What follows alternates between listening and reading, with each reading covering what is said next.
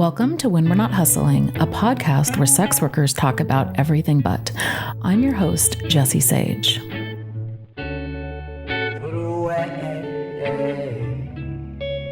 the lingerie. I want to know you. Tell me more. I don't care about the news. I'd rather hear about you and see the world from your point of view. The coffee's already made, so I probably should just pull up a chair and tell me more. When We're Not Hustling is a weekly podcast that explores the lives and identities of sex workers outside of our work personas, our personal philosophies, ambitions, families, relationships, passions, spirituality, and so much more. We talk about our lives beyond the job, asking, what does the flexibility of sex work allow us to do, and who does it allow us to be? On this show, we learn who sex workers are outside of the work we're known for. When We're Not Hustling is an exploration of the people behind the fantasies. When We're Not Hustling is brought to you by Assembly 4. Assembly 4 is a collective of sex workers and technologists working to bring the overall cost of sex work down through their advertising platform, Tryst.link. They also educate clients through the Good Client Guide and provide resources and articles written by and for sex workers. Assembly 4 caters to all genders and demographics and raises funds to fight for sex worker rights and against exploitation in the sex industry. Learn more at assembly4.com. ASSEMBLYFOUR.com. Hi, welcome back to another episode of When We're Not Hustling. I'm your host, Jessie Sage. It is August of 2024, and we have an amazing guest today. Charlotte Shane is coming on, and she is talking to us about her new book, An Honest Woman. I read it. I highly recommend it. And also, it comes out this week on Simon & Schuster, and you can order it wherever you get books, and I suggest you do so.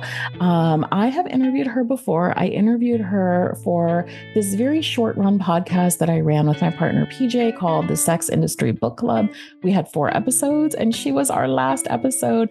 We wanted to run it for a much longer time and had lots of big plans, but life got in the way. So if you ever want to hear us talking about books, there are 4 episodes, and Charlotte's is one of them. We talked to her about her previous work, The Prostitute Laundry, which talks a lot about her earlier days in sex work and dating as a sex worker. And the second one, An Honest Woman, is a more mature look at her sex work career, kind of in hindsight after doing it for many, many years. She talks about long-term relationships with clients, and she also talks about getting married and life in the context of both a sex worker and a wife, which I really appreciate because I have always been a married sex worker. So, and it's really neat to see somebody talking about like the being both a wife and a sex worker and the different roles that we play. So, that's what I'll be talking to Charlotte about today. Before we get into that, I want to leave some announcements. First of all, you can go and follow us on socials. We are on Instagram and Twitter at Not Hustling Pod and our Twitter X.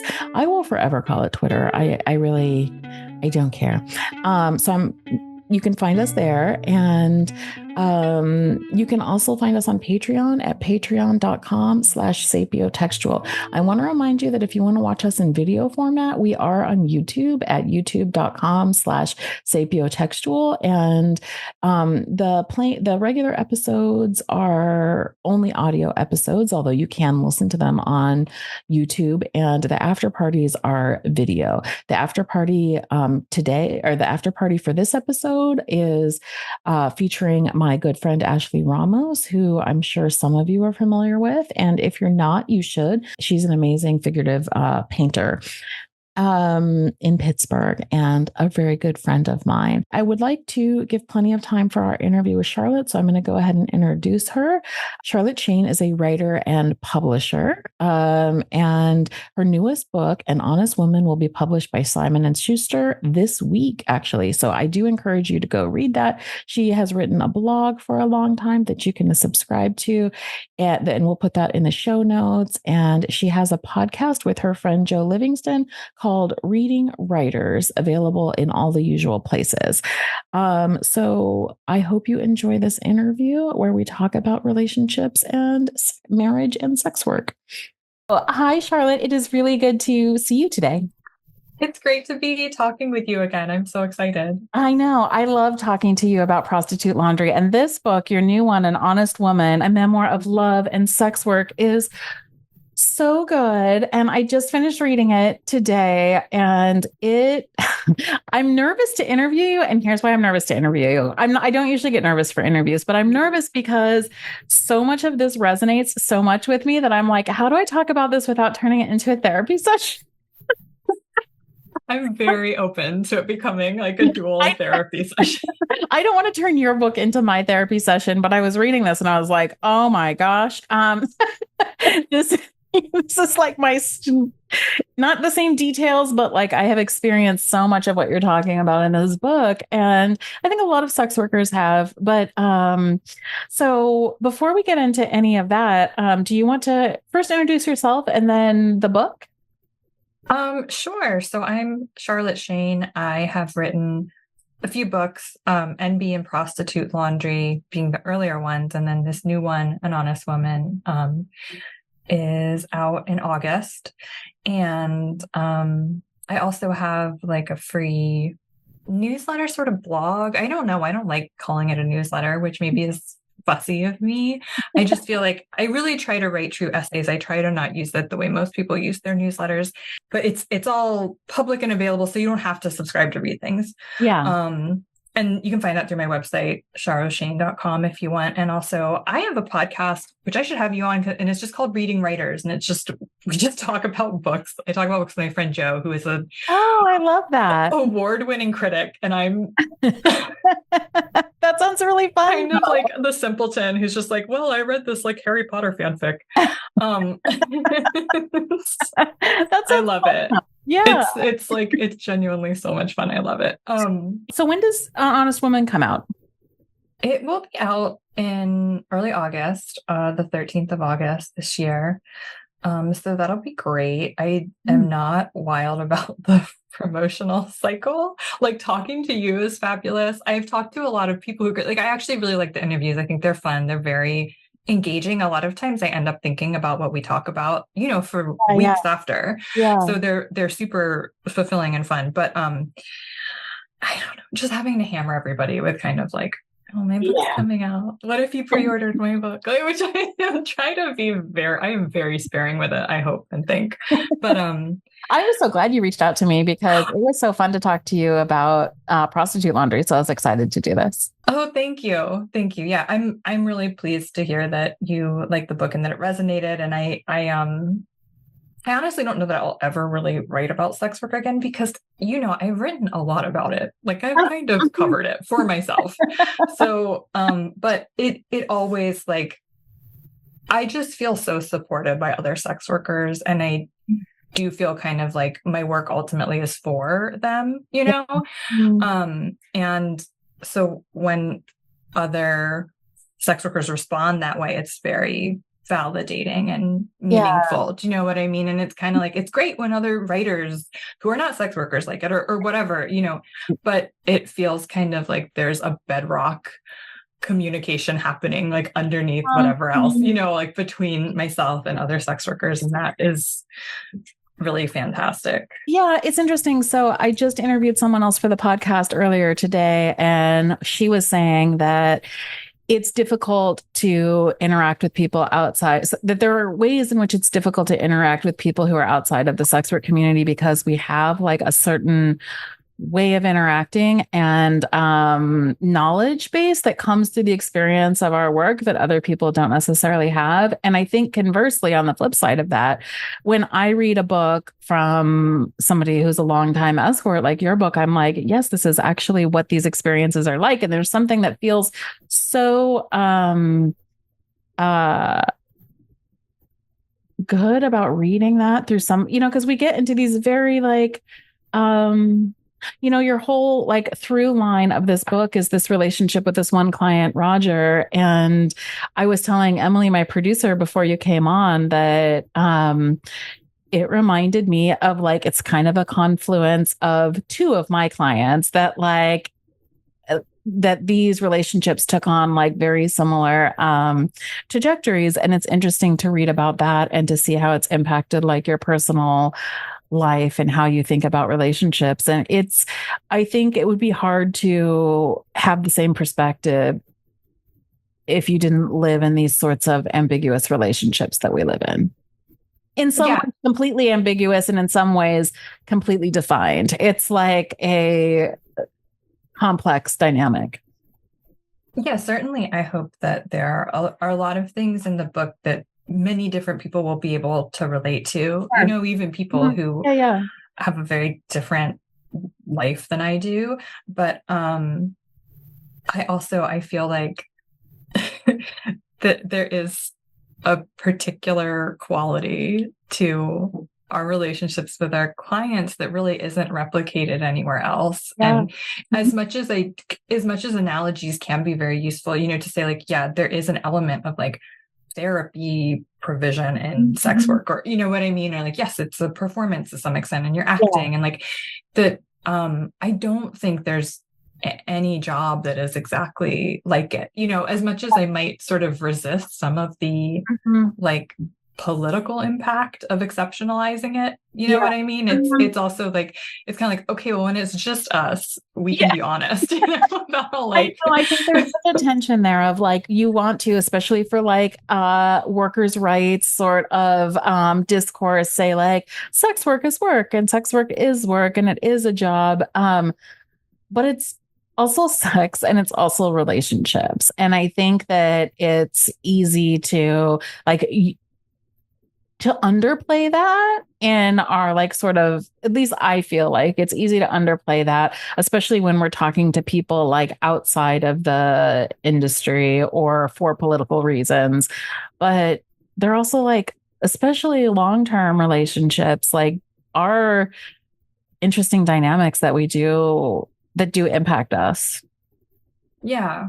And that I don't know that anyone else can understand the same way. So one of the earliest readers of the book was a friend of mine who immediately texted and was like, I just sat down. It's a short book, but a lot of people are like, oh, I read it in one sitting, which is great. I didn't, but it's still flattering. No, it's okay. But I'm also like, well, it is a very short book. It's not like 700 pages, which I guess you couldn't read in one sitting probably. You know, it'd be like the gamer with like bed sores or whatever. But she was texting me and she was just saying I was really shocked by how moved I was and because of how much it made me think about this sort of sugar daddy relationship I had that had recently dissolved, I think, because he got like super into QAnon, or do you know what I mean? Like something that very much feels like a loss.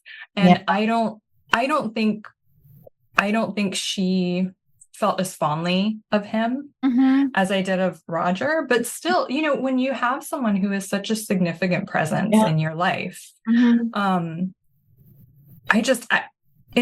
remember, I feel like one of the most impactful thing I learned in my life, and one of the most impactful things I learned in my life, I learned from an early age. And I was sort of like, if I were on a desert island with another person, it's actually very hard for me to imagine a person who I wouldn't be able to come attached to, like a person who you wouldn't connect with on some level, even if they were repulsive to me in like any number of, ways. Right. Like, and that has been true, especially in sex work, where, you know, sometimes I really resented a client or didn't like a client, or like there was this, I just saw him one time. It was like at the start of my career. It was this man who, I was really like hating the session with. And then he kind of made a confession to me where he's basically like, you know, my parents beat me when I was growing up, and like I've never really learned how to like touch another person. Oh my God. And it was like such an incredible experience. Do you know what I mean? But I just like, yeah, it's and that would happen over and over and over again. there's like so much intensity that's like, I remember having an experience where I went in, and actually it was another writer, and it was an out call. And so usually I'm not too like concerned about that, because how messy could like a hotel, you know, it's like if you go to somebody's house, you're like, I don't know how they live or whatever, but yes. like hotels are kind of generic. So you're like, I kind of know what I'm gonna get, you know, like, but I walked in and it was like a disaster, like pizza boxes you know, like living in squalor, but in a hotel room, and a nice hotel room. It was very odd. I was like, what is happening there? And as I was and it was not a good experience as well. And then as I was leaving, he was like, if you want to, you can check in on me tomorrow and see if I'm still alive. And I was like, oh my God, that's what I'm doing here. I'm like witnessing his like downfall, you know, and that those sorts of moments, you're like, I don't know what to do with this. I like needed a therapist just to do like to handle some of my things that happened at work that I was like, I don't know how you're supposed to handle this stuff. Because that's such an intense thing to lay on you, a complete stranger. Yeah. But I just, you know, I mentioned in the book that I met this woman kind of early in my career who was just like a true hooker with a heart of gold, right? Like one of these people where you're kind of like, you really just go through life like this? Like, and I do think the work attracts and maybe keeps very empathetic, sensitive people. And of course, like I'm sure we have all had encounters with this super, super jaded escort who's just really like living with a carapace all the time and is it has to always just only be thinking about money and how much she can like wring out. People who really lean into like the whale language and stuff that just I felt was corny. Like it just wasn't for me. But it's like it is a very it is a really weird feeling to sympathize with or worry about or feel bad for someone who has maybe like not dramatically, but like harmed you physically in some capacity or, you know, disrespected you in various ways. And it's not something I ever want to lose. And, you know, when I was in my most burned out phase, I like hated everyone. It wasn't good for me. You know, I really was like, I just hated everybody. I was awful. And, I should have just taken a break, but I was kind of, I don't know. I guess even when I hated it, I still kind of liked the work. Like this is. You kind of mentioned that in the book where you're like, I'm bratty on my days away. They still book me anyway. I don't think it matters. I mean, that is one of the interesting things about this work is that sometimes you just show up and somebody has like an entire duffel bag's worth of emotions about you because they've been looking at back in the day, they would just be looking at your ad or your website or whatever. Now, of course, it's like looking at your social media, blah, blah, blah. And you kind of show up and they're sort of like, oh, hi, you're here. Like, I'm in love with you and we're in a relationship. Right. You know, and people do kind of do that to writers as well. Yeah. Like, I think all the time about this. Is like a whole other thing.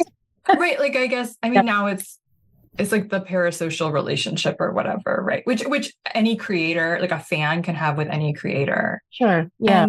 And sex workers online do develop these like fan bases of people they have not met and may never meet, but who are very invested in them and like following them.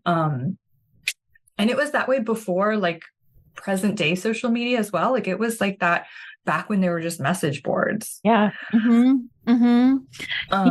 Yeah. That's all I think.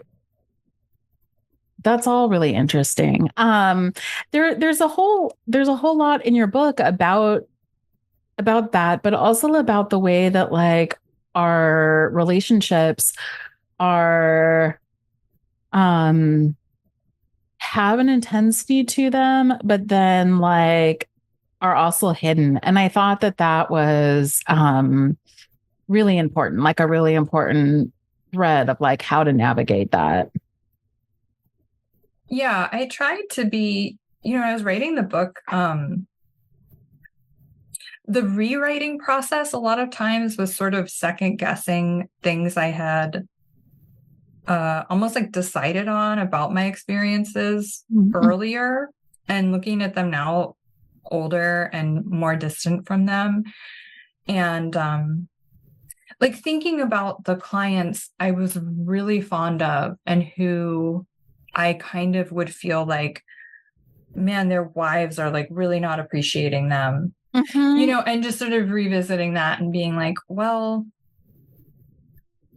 the temptation is, and this would come up actually in edits, it would kind of be like, well, don't you think they were just lying to you? And I'm like, yeah, I'm gullible in certain ways, but I don't think you deal with like the volume of human beings that I did, or that a lot of sex workers do, and have no bullshit detector. Do you know what I mean? Like, I'm like, whatever. You can imagine that every client who comes in is like this dishonest, like rake, like a scoundrel who's just going to lie to me and I'm going to eat it up. But I saw like genuinely very, very sweet men who were clearly not like being fulfilled in their relationships. And that is not to say that it was like the wife's fault or whatever. Right.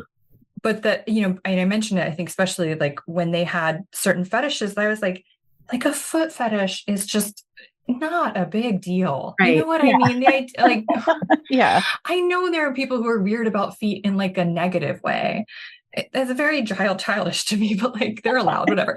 But like these men who would have hidden these fetishes where I'm like, just get your wife to do this with you. It's not because I don't want to, but like you should be sharing this together. Yeah, I had that feeling a lot, especially before I got into escorting. I spent 5 years as a phone sex operator. And that's when like people tell you a lot of fetishes because that's all you have is like the discourse around things, And so I remember, especially early on, feeling like it's kind of, and you reflect this in the book too, like a little like weird about that. Like, why don't you just tell the person that you're in a relationship with? And a lot of times they would be like, well, I don't want to, like, and it took me a while to realize that was like very sincere, that like there were things that they just didn't want to have like in there as part of their relationship. I have to say though, and this is the interesting thing about your book, I found that a lot of that made my own relationship in some ways hard because I started to think that like everybody has these like secrets that they keep, where like my partner would be like, no, I'm not, like, I would want to know like, well, what is it that you want that you are afraid to talk about? Because every single person that I talk to is afraid to talk about the things that they want. And they'd be like, there's no there. I'm not one of your like clients who are calling with their secrets. And I have to say that it like took me some time to believe that. I know what you mean. And I think that because I started sex work at a really young age and it was so like concurrent with isn't even quite right because it's like part of my own like sexual maturation or whatever, because they're happening at the same time. So you can't really like separate them. There was a time when I was just like the kid in the candy store, where like I loved the numinous quality of like arousal, you know, and I would go into every single sex store. It would be like a weekend. I'd be like, let's go find a sex store. Like, I just want to check it out, you know? And it was, I don't think I have any fetishes, but it was the thrill of discovering all these different things and sort of trying them out and trying them with other people, and the fascination of seeing what turned other people on and how specific it could be and how unexpected, and et cetera, et cetera. And then I don't think it's in this book. I think maybe I mentioned it in Prostitute Laundry that like one of the things that felt so nice for me when I met my husband was that I was like, it's just so nice to like have like textbook straight couple sex with you, you know, like it just feels so like satisfying to me. Like I like you inside me is like so great. Like and I would be like, we can try other stuff, you know, like I've done it almost feels like a waste. I don't know about you, but like sometimes I feel like I'm like, it's such a waste that like all of my skills or knowledge are just atrophying and not being used.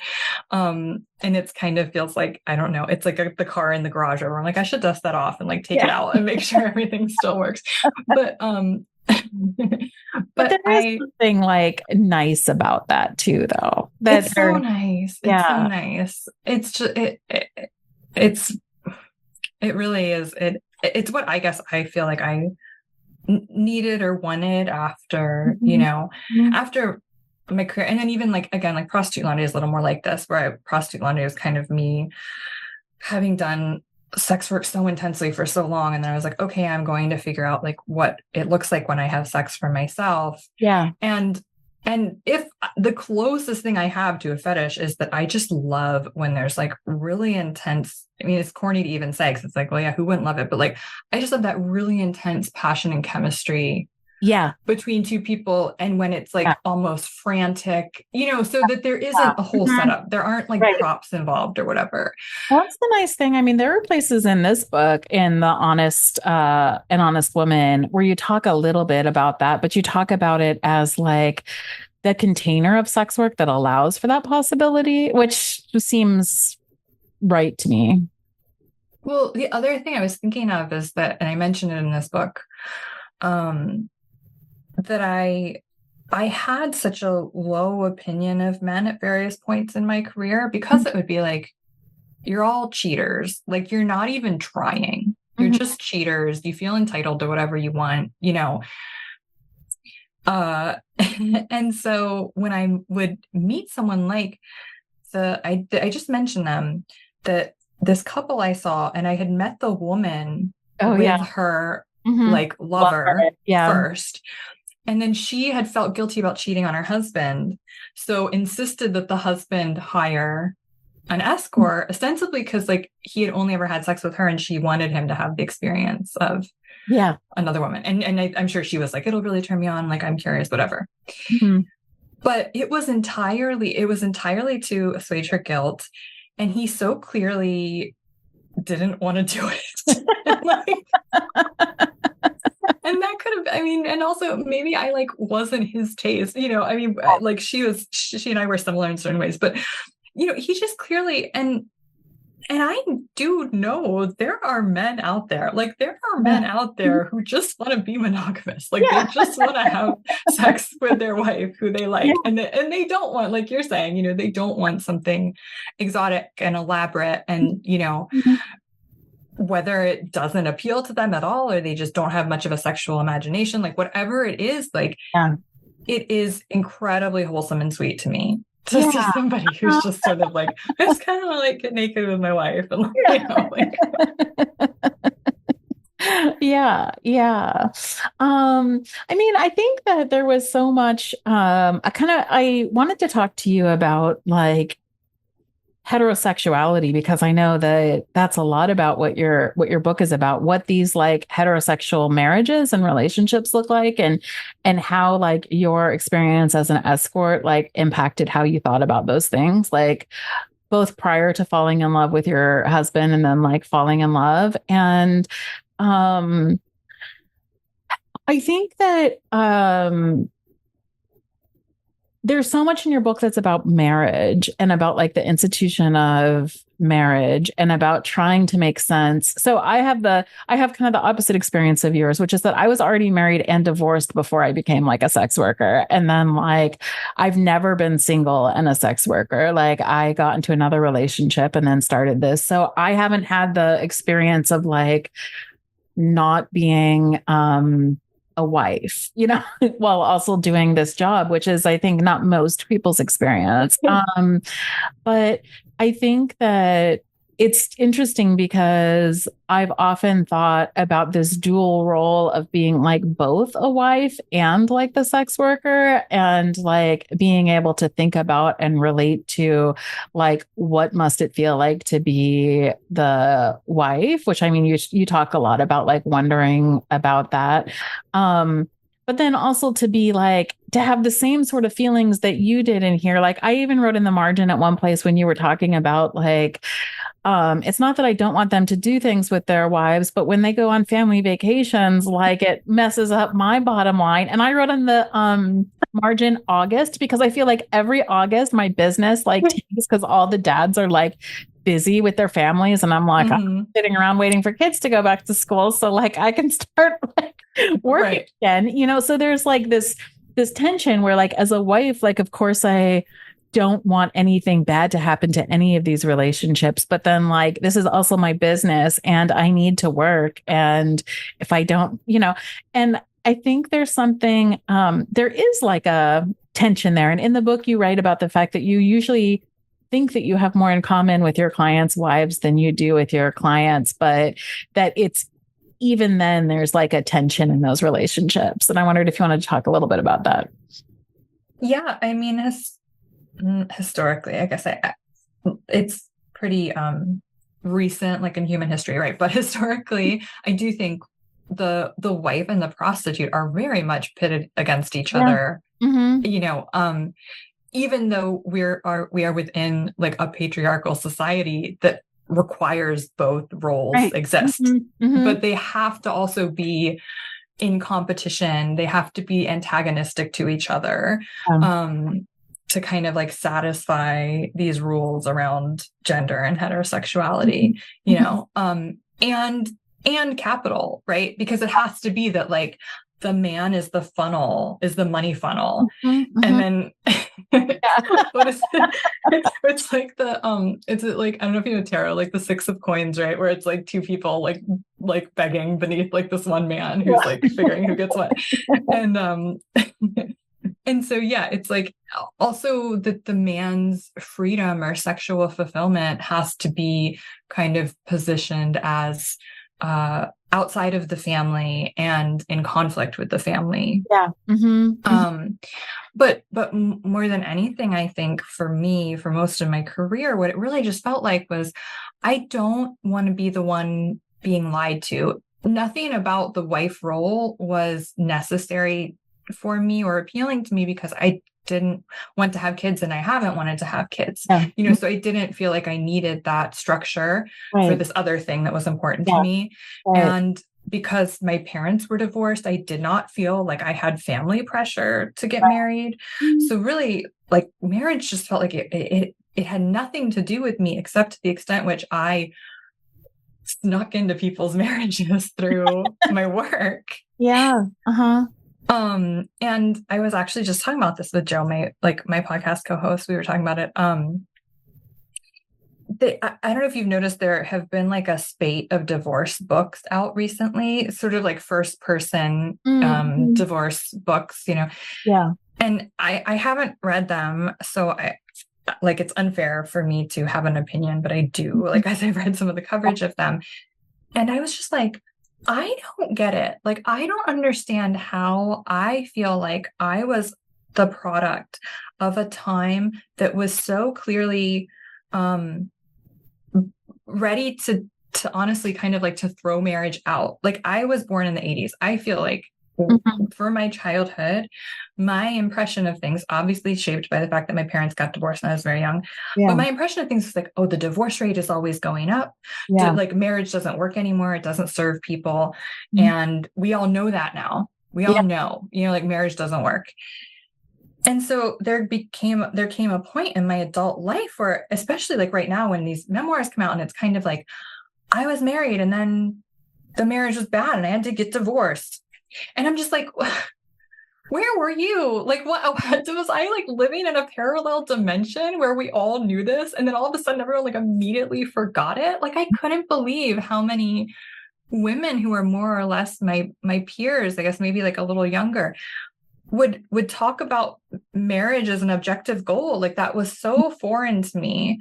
And the thought of a woman like in this day and age marrying a man and then being surprised when the marriage is hard or unfulfilling, or, you know, I'm always like, where have you been, babe? Like, what? Like, there are decades and decades of material about this. Like, I don't get it. I know. I think though, I get what you're saying. I also think though that like, especially in our culture where like, especially in the within the confines of like family life, where women are expected to take on so much more of the like childcare roles, that there becomes, even if you start with like a somewhat equitable beginning, there becomes this like economic inequality baked into the structure that is devastating. You know, like, I understand why. I mean, I went through a very expensive, very devastating divorce that like turned, like, I really consider my life like before and after. Like, the first marriage I was in was 19 years. Like, I was very living one life. And then after that divorce, which I initiated, like, it's not like he up and left me. I was just like, I can't exist within this anymore. My whole world changed. And it's interesting. So there's a book, I'm trying to remember the name of it, where it's a book about, it's called it's a fiction novel. I'll look later, but it's, one of the things that I liked about it was in the dedication, she said, this is for the divorcees and trans women. And what she was saying, like, is being a divorced woman is like being a trans person, insofar as you live like one life and then you transition into like a completely different one, where maybe your socioeconomic status changes and the way that people interact with you change. And I found it to be like so unbelievably transformative that like, I was trying to write book about sex work, and I ended up writing about marriage, you know. And I think that, I don't know. I just feel like which, to your point though, when PJ and I were like first together, I would read a ton of feminist texts to them about like how I was never going to get married again. And then they were like, will you marry me? And I was like, okay. Well, but you got married when you were like a baby, right? I mean, 19 years is so long. Yeah, that's an incredibly long relationship. We were together from the time we were 17 until we were 36. So like,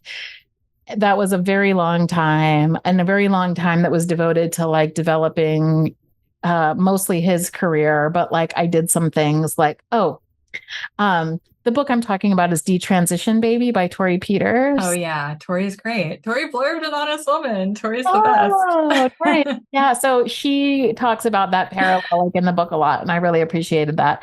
But yeah, I mean, I think, yeah. So it was my whole life. It was like from a teenager up until I passed the threshold of my mid-30s. So.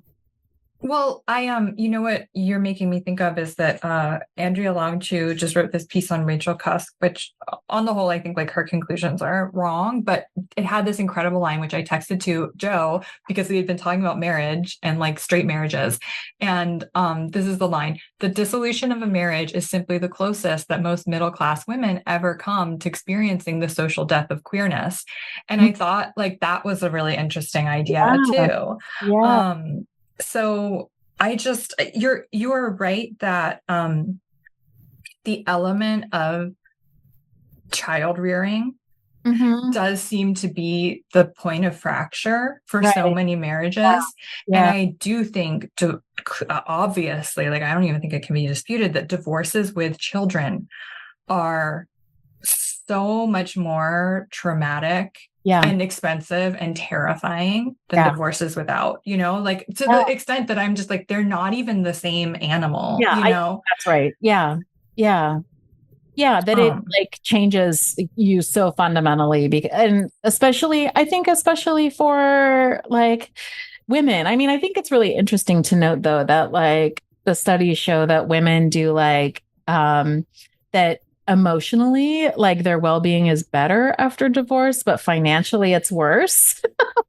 Like men have more money, but less happiness, and women have more happiness, but less money. And that says, I think, a lot about heterosexual marriage too. Well, I don't know. I have no idea what the stats are, but my impression was that most divorces nowadays, and I think it's been true for a while, are initiated by women. Like you said, like you initiated your divorce.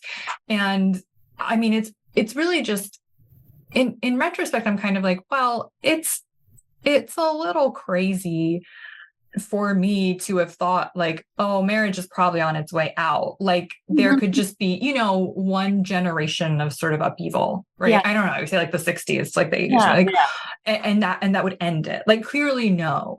Right. And I think that what I take issue with is this, is what I think of as a very like white upper middle class woman's attitude, which is kind of like, can you believe my marriage to a man didn't work? Thank you for listening to When We're Not Hustling. Please remember to subscribe, rate, and review us wherever you listen to your podcasts. Doing so will help other people find us. And if you're a sex worker who wants to come on the show and talk about your life outside of work, we would love to have you. Please send an email with more information to nothustlingpod@proton.me. Yeah. Do you know what I mean? Like that. That's kind of tough. Like that's a tough pill to swallow. But like, but I hear that. Yeah. I like at the end of the book, right? I mentioned reading this book. Yeah. And by this woman who was like, my husband was my soulmate. We had the most intense, amazing sex ever. We had kids together. And then one day he comes home and says, I'm in love with another woman. Yeah. And how much that book upset me. Right. That is upsetting. And like, I'm a married woman. I'm a woman married to a man. Like, so I could get along with you and we could be great friends and we could even have great sex all the time and you could still fall in love with someone else. Yeah. It's like, I know I am playing with fire when I'm kind of like, what did these divorced women, like, what were they thinking? Whatever. But I just, I don't know. Marriage is a fascinating institution. Like the amount of marriages that clearly exist on unspoken concessions. Yeah. Which is, I think, maybe not all, maybe not even most, but a significant number of the marriages of men who hire sex workers very much have a don't ask, don't tell policy going on. Right. And I remember once, I think I mentioned in MB, I had this client who was talking about how he and his wife don't sleep in the same bedroom anymore. Yeah. And he was like, he was hiring like escorts and sex workers left and right. Do you know what I mean? Like multiple women in a week. Yeah. He was a like defense attorney. He had a lot of money. He'd travel. He'd like go to Vegas just to do it. And he had this moment while he was talking about it with me where he said, maybe she is having an affair, and it was like, like they're so estranged. Their lives are so separate. Right. He doesn't know. And he isn't even going to pretend he knows. Like, and if that's working for people, like, who am I to say it should change? Right. But a lot of times I think like one of the things that you say, I think that's important is, especially when you were talking about Roger and what was going on in like his marriage, you were like, clearly there's something that I don't know about that's keeping him there, you know, that we don't know the ins and outs. And, sex is not the only thing that glues like a couple together. And I do think everyone has to take responsibility for themselves, like the kind of truism about how you can't like an addict has to be the one to decide to change, you know? I'm like, yeah, and that's true actually for us, for everything. You know, it never works for somebody else to say you should change this or this should be different. Like you have to be the one who says, I don't like this anymore and it's going to stop. Yeah. And I think I mentioned in the book, you know, the worst marriage I was ever kind of like a secondhand party to was so bad. And the wife did sound like a nightmare, but I was just like, you deserve each other because you're such a coward, you know, and you are not in love with this woman and you've never been in love with her and you don't like her and you're just letting this go on and on and on. And to his credit, he ended the marriage. Like, I'm really proud of him. Yeah. Because I know that was hard, but it was like, I always felt grateful to my parents for divorcing.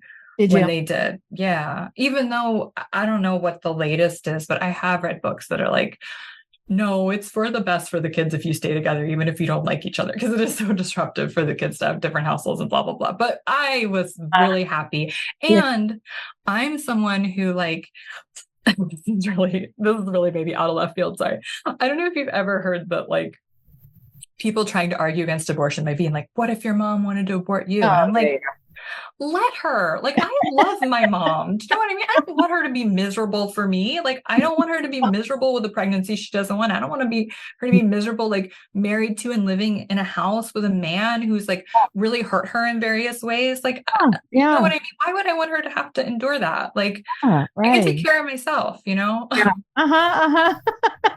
You know, I want to go back to this notion of don't ask, don't tell, because, and this is where things get like therapy for me. So one of the things that you said in your book that I think is really interesting is you're talking about your own marriage and you're saying, and I'll be long-winded for a second to get to the point that I'm trying to make. So you're saying that, you know, you wouldn't want your husband to feel like limited by your marriage or to feel like he couldn't ever have that like spark of something new again or have his sexual needs met. On the other hand, like you wouldn't actually really want to know that much. They're like, but could we, if that was going to be true, could we do some sort of don't ask, don't tell? And I have to admit, as like somebody who is, and I've talked, I think, a little bit on this show about this, but I've certainly written about it in my column, as somebody who's in a relationship with a poly person, but doesn't really necessarily identify as poly. Like, I don't want multiple relationships. And maybe that's because I'm an escort and I already have multiple relationships. But there were moments when we were negotiating like this other relationship that I was like, you know, I'm super jealous of my clients' wives right now who like don't have to deal with this bullshit and who go on and don't know that all of this is going on. And that was a funny moment for me when I thought like, okay, so in my mind, in like the rational part of me, I'm like, oh no, honesty is always like better. And I want to have an open relationship, open lines of communication, like relationship. But when it came down to it, I was like, you know, but might be kind of nice to be in the dark about some things because this is a lot to deal with emotionally. Yeah. I mean, I feel like, it's kind of a common, I don't know if this is correct, but like a common advice question, which will be like, I had like a one night stand at a work conference 5 years ago, and it's eaten me up inside ever since. And I want to tell my wife and she's going to be devastated. And what should I do? You're like, don't tell her anything. Exactly. Like there are really good arguments for not telling her. There are really good arguments, which is like telling her is selfish at this point. You know what I mean? Yeah. Like whatever else. Offloading your shame onto her. And now she has to deal with it. Exactly. Yeah. And I'm guessing maybe you too. Like, I think I first started writing about it in NB and then it comes up in Prostitute Laundry for sure.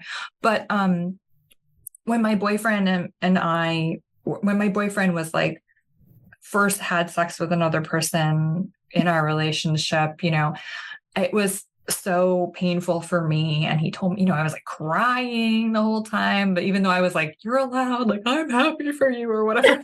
I was like crying, you know, and then I wanted to know everything. Yes, I know what you're talking about.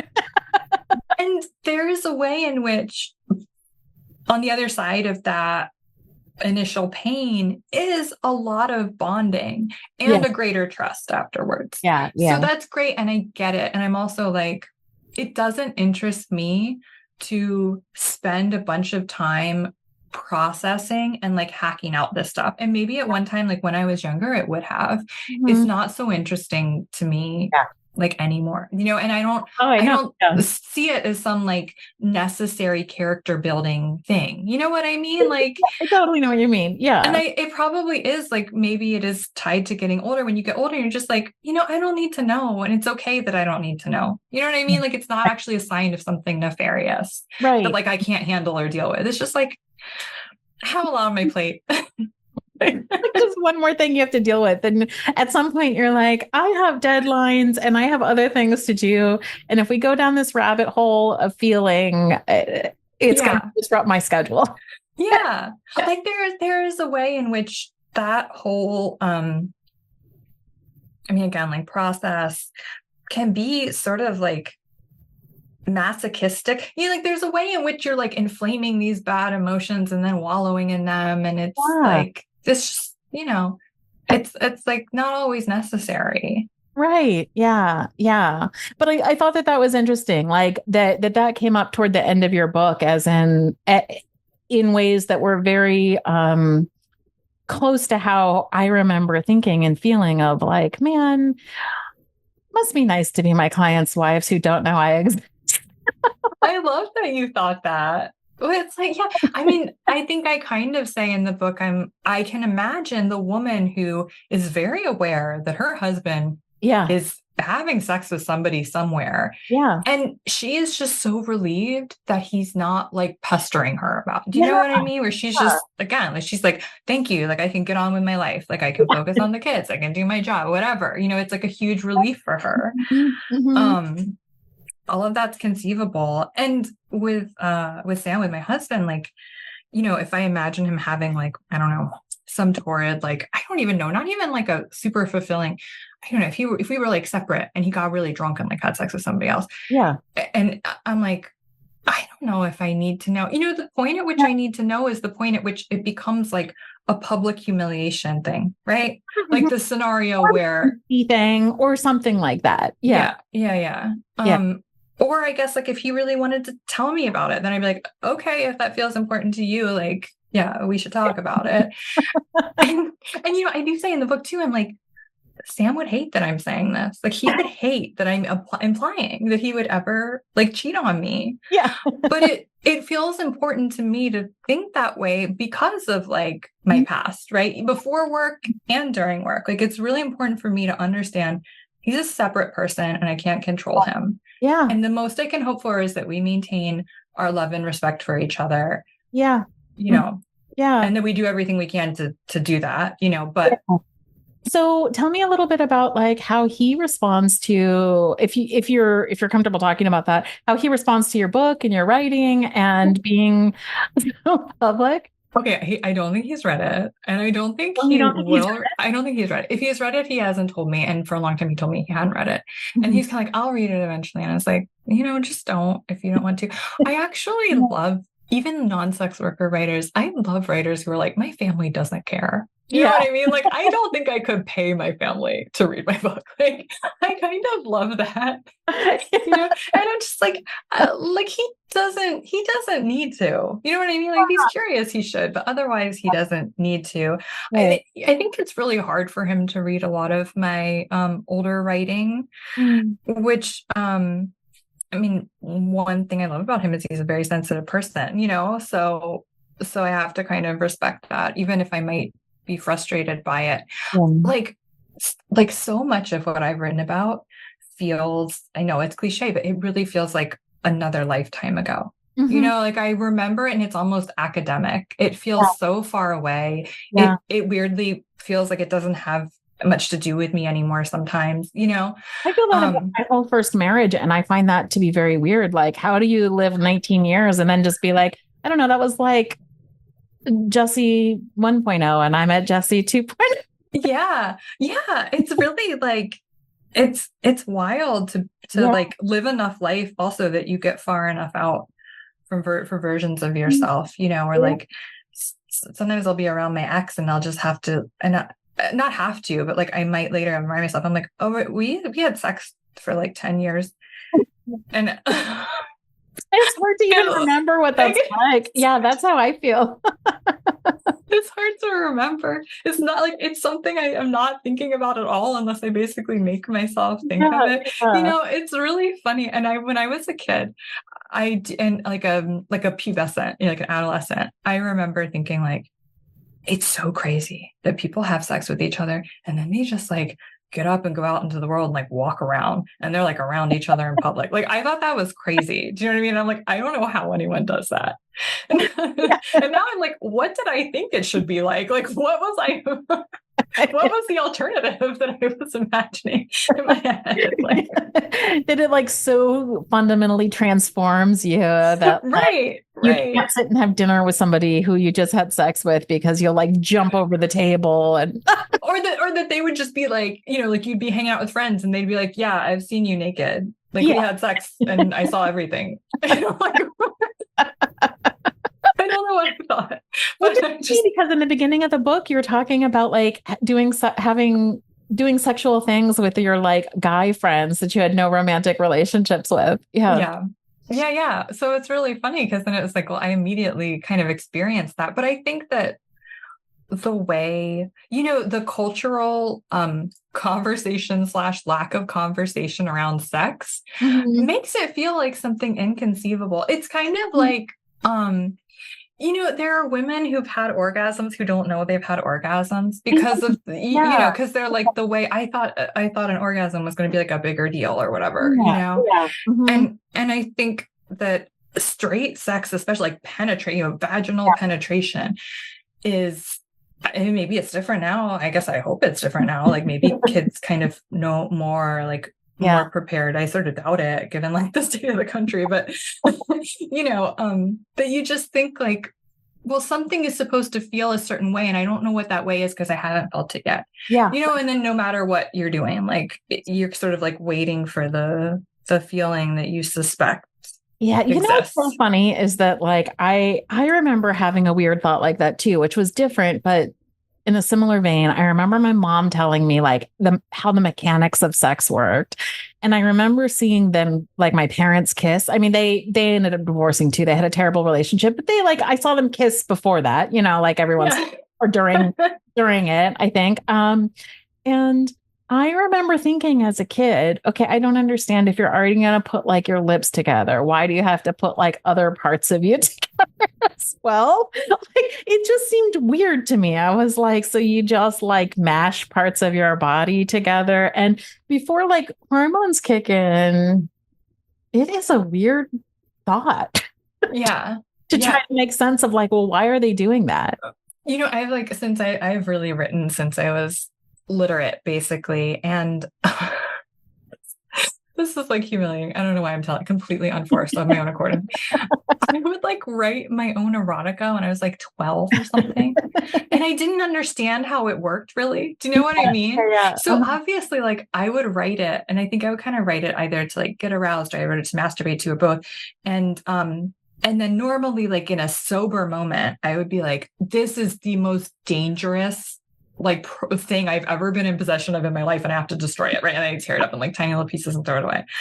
I wish to God I had saved it. Like I can't even imagine what I was writing. Yes, like what I was imagining. It would just be like a man and a woman, and like the man's gonna do something to her, and like you know, like I really wish I had it. Also, like I really wish I had pictures of myself naked like all throughout my teen years, because I'm so curious. You know, I was anorexic. I really had a very skewed idea of what I looked like. I would love to have seen what I actually looked like at the height of my anorexia, you know, but obviously all the pictures of me, I'm wearing like so many layers of clothes. And I'm like, I know I'm basically wishing I had child pornography, but it is my own. Like, I wish I had that. I'm so curious what I looked like and how that actually compared. Disordered, like, Totally. idea of what you looked like. Totally. Yeah. So I was like, yeah, I mean, I was like not getting my period. I was like, but I was still like, oh, I'm so fat. I'm so fat, like, so I am so curious what I actually looked like.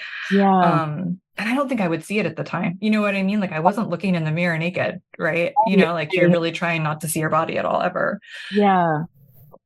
Yeah. Did the work that you did help you with that? I mean, and I ask that because I feel like a lot of people who go into this sort of work, like experience, and you talk a little bit about this in this memoir, this sort of like adoration. Actually, one of the things that you have a line in there that I thought was so good, which is like when you first started to become successful, you started to think of yourself as like, you're like, oh, this is all working. I'm doing well. I'm good at my job. And then like the next sentence you say, actually, it felt like being good at being a woman. And I thought that was so interesting and on point. And then a little bit later, you're like, actually, I wasn't a woman. I was a pedestal. And that was like interesting too. But this way in which people, if you're doing this sort of work and with the like scale of a lot of people, where your relationship to your body changes because you're getting this like constant feedback of like, adoration of I value your body so much that I'm going to give you stacks of hundreds of dollars. Right. I mean, I definitely have kind of an appreciative or like rosy view of some of those earliest like in-person sex working periods, like weeks or months or whatever it was, where it was really like the erotic review. I don't even know if it's really a factor in things anymore, but the erotic review, was around then. And it's disgusting, but I would still I would go look at my reviews and I'd be like, oh, I'm getting like an 8 or a 9 or whatever. And like, I would never have rated myself an 8 or a 9, So like, it's clearly a double-edged sword. Like you clearly don't actually want your self-worth to be tied to the erotic review, but it was, I guess I'm grateful for, to really see, I know you do know, like to really see someone's spontaneous desire and, like their thrill at seeing you and being like so attracted to you and you kind of feeling like me, like hearing things like you look just like your pictures. And I'm like, and that's exciting to you, right? Yeah, because they're pictures of me. So, okay. Yeah. It's an interesting, I think it's an experience that like, I mean, women, like, if we're talking about cis women walk through the world seeing themselves through the lens of like the men around them, because that's how we're trained to do things. But it's so much more amplified when you're a sex worker. Yeah.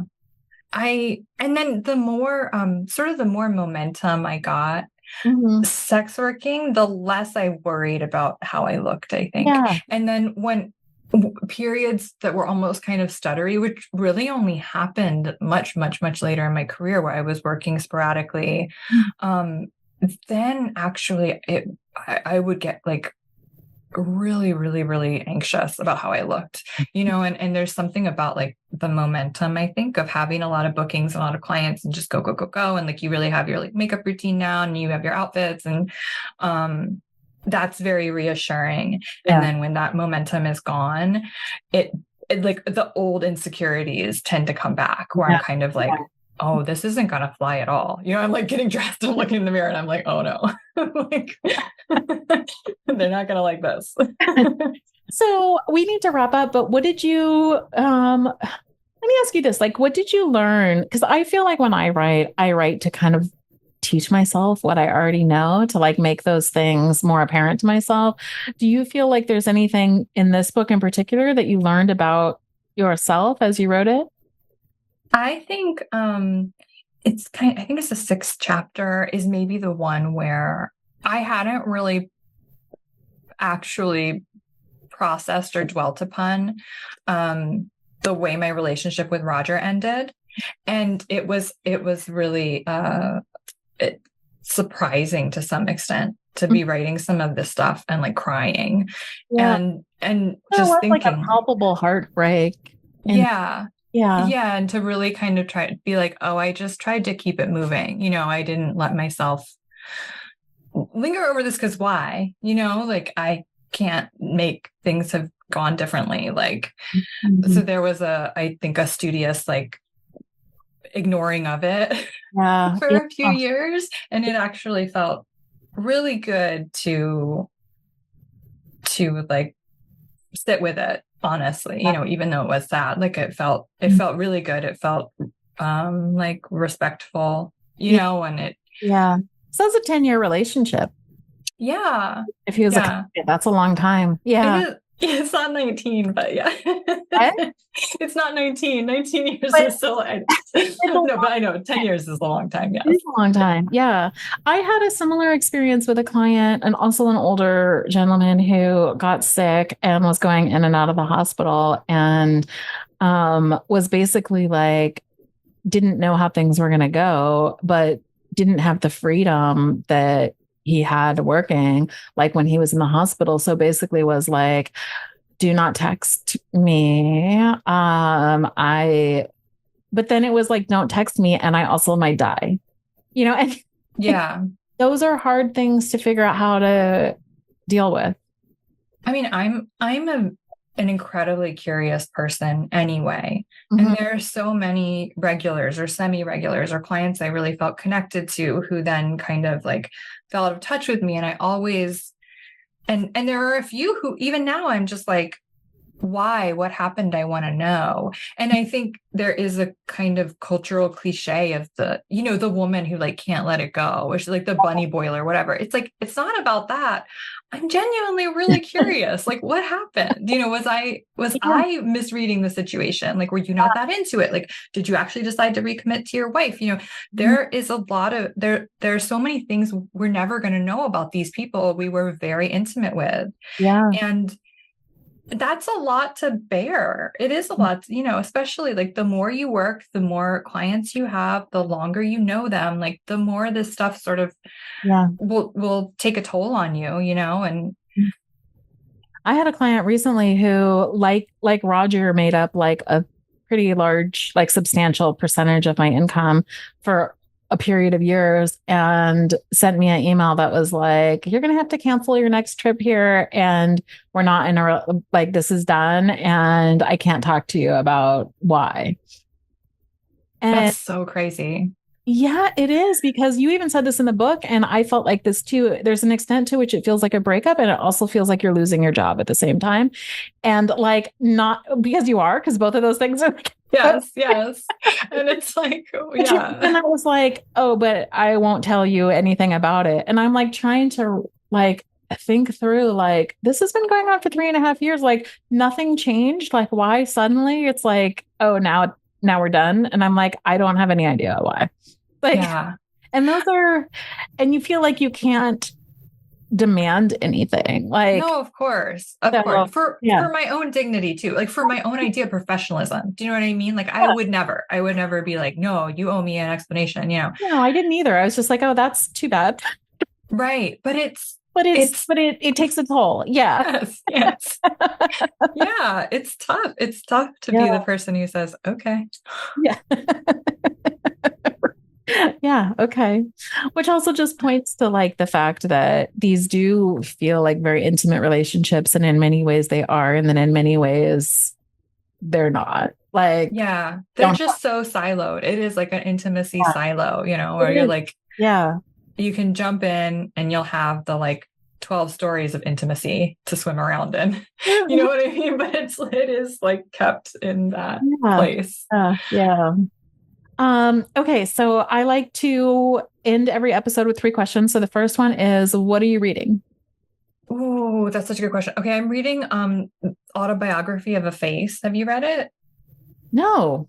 It's by Lucy Greeley. It is/was kind of famous. It was like a huge sensation when it came out. She's this woman who, she went to Iowa Writers Workshop. She is like a writer, and but she lost part of her jaw in a surgery when she was young. So it's just her writing about like, going through life with this face that provokes very strong reactions from people. And is it good? It is good. It is good. She overuses the word alien in a noticeable way. Do you know when somebody has like a slightly unusual word and they're just using it a lot? Yeah. And I find it really distracting, but it is a really good book. It's an incredible book. And I don't think she ever wrote anything that even approached it. And tragically, she died of a heroin overdose at 39 because she was addicted to painkillers from all her reconstructive surgeries. So it's like a super sad story, but it is written really beautifully. It's a good, like, also if you're a writer who is kind of interested in memoir as a form, I think it's considered kind of one of the best memoirs. Yeah, I'll check that out. What are you listening to? I've been listening to this Bicep LP. Do you know Bicep? No. It's like house music, dance music. Okay. Bicep? Like Bicep. Yes. Yeah. I'm pretty sure he's British. Okay. If anyone knows him, they're probably listening. They'll be like groaning, like, what the hell? Like house, like British. I really love his music, but I honestly don't know that much about him. Okay. And what are you excited about? I'm excited for my book to be out because I just want to I honestly just want to move on, which I don't know. Maybe I shouldn't say that. Maybe I should say something different. No, that makes sense to me. It's just because I don't care for the promotional aspect. You know what I mean? And also, like, you're a writer, you know, when you write something, you do write it because you want people to read it. So when you're waiting, this is like not fulfilling its function. It exists for people to read it. You know what I mean? So let the people read it, release the book. Yeah. You know, it's so funny that you say that because I was talking to PJ about this recently because I pulled my book from the contract that it was under because it was at a university press and the university was like going up in flames. And then I was trying to decide what I'm going to do with it. It's not finished, but I've written like a substantial amount of it. And then I don't have a new home for it yet. But I don't even know how much I want to get into it because I'm also a weekly columnist. And there's something about the adrenaline of like writing something, releasing it, writing something, releasing it, writing something, releasing it, and having people read and respond and having these like short turnarounds and these deadlines that like works better for my ADHD brain. And I do think that at some point I want to read a book. I read a lot of books. Sure. At some point I'd like to write a book, but that long process feels so daunting to me. I know. I'd like to get better actually at weaning myself off of that sort of like, it's not instant, but you know, quicker gratification. Like I would like to be more patient and let my writing mellow some, but also like I have always been someone who writes from a place of emotional urgency. So even if that was a bad habit I got into, it's very much instilled in me now. Do you know what I mean? It's just like it builds up and then I write it. And then it's like, there's no reason to not share it, you know, because normally it's sort of timely in some way, or I'm just like, you know, whatever you're going through, you know, someone else is going through the same thing somewhere, you know? So it's kind of like, why would I just hoard it? Yeah, that's like I've written, you know, 60 pages of a book that I'm like, it's just sitting on it's just like a drive on my computer. Somebody would probably want to read this, but I don't know. Right. Well, I hope you write it. I'm sure it would be excellent. Yeah, I think I'll get back to it. So we'll see. But anyways, it was really good to talk to you again. I really appreciate it. Thank you for having me. It was wonderful. Yeah. And where can people find you in your book? Oh, well, my website is, you can do charlotteshane.com or charlotteshane.com. Charo Shane S-H. Do I know SHANE.com? And then I mean, my book should be everywhere. You can request it from your library. Okay. You know, you can buy it from Bookshop. You can also, I'm sure, buy it from Amazon, like your indie bookstore. But seriously, if you don't want to pay for it, ask the library to get it. Yeah. Are you doing a book tour? I am. I'm doing New York, DC, probably Philly, but not 100% yet. And then on the West Coast, I'm doing San Francisco, Portland, and LA, which will be really fun. I love, those cities, and I'm talking with great people I really love and like respect. So that's great. Yeah. It'll be fun. Well, thank you for talking to me. I appreciate it. Yeah, thank you. Have a good afternoon. Thank you. Thank you for joining us for another episode of When We're Not Hustling. I'm your host, Jessie Sage. You can find me on Twitter at sapiotextual or visit my website at jessiesage.com. The show was produced by Emily Foster and the music is by Benjamin J. Beninati. You can follow us on Twitter and Instagram at Not Hustling Pod. To support the show and get sneak peeks, please go to patreon.com/sapiotextual. For more information about our show and what we do here, please visit our website at nothustling.com. Signing off. Have a great week.